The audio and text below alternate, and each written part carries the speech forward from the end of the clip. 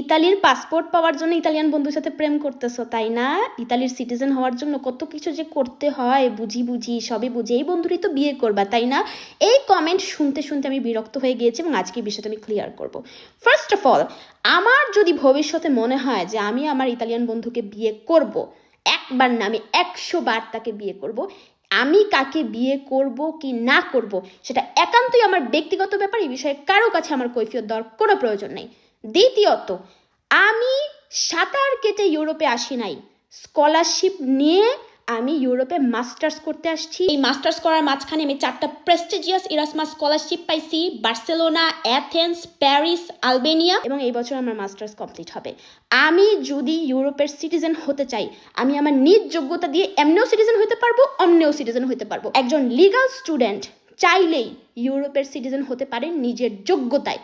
এই জন্য কাউকে বিয়ে করার প্রয়োজন হয় না।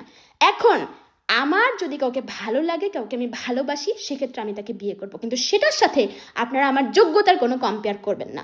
যারা আসলে জানেন না, বুঝেন না, যাদের কোনো নলেজ নাই, তারাই এসে এভাবে একটা মেয়েকে কমেন্ট করতে পারেন। চাও।